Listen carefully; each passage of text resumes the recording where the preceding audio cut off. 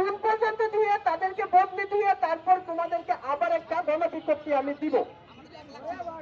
তো ওনার এই কথার প্রত্যুত্তরে আমি বললাম যে বদলি যারা আপনি যাদেরকে দিবেন, বদলির সাথে আমি কখনোই সাংঘর্ষিক হতে চাই না। বদলি হবে রিপ্লেসমেন্টের উপর ডিপেন্ড করে। আমি বরিশাল যাব, বরিশাল থেকে আরেকজন ময়মনসিংহ আসবে, আমি তার পোস্টে যাব, সে আমার পোস্টে আসবে, তার সাথে তো আমাদের 16,000-এর কোনো সম্পর্ক নেই। উনি আমার কথার কোনো সৎ অ্যান্সার দিতে পারেননি। আপনারা কিসের তথ্য দিয়ে কি বুঝাতে চান?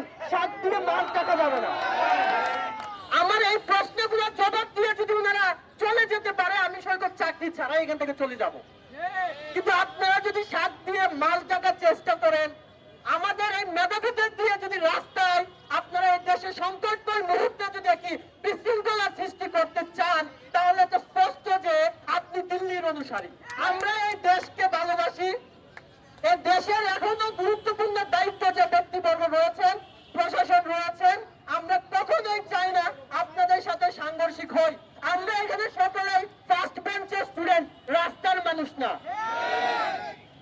আপনারা আমাদেরকে রাস্তায় এনেছেন, মেধা ধ্বংস করতেছেন এবং দেশকে বিক্রি করে দেওয়ার যে পাইকারা আপনারা করছেন, এই মেধাবীরা এই সুযোগ আপনাদেরকে দিবে না।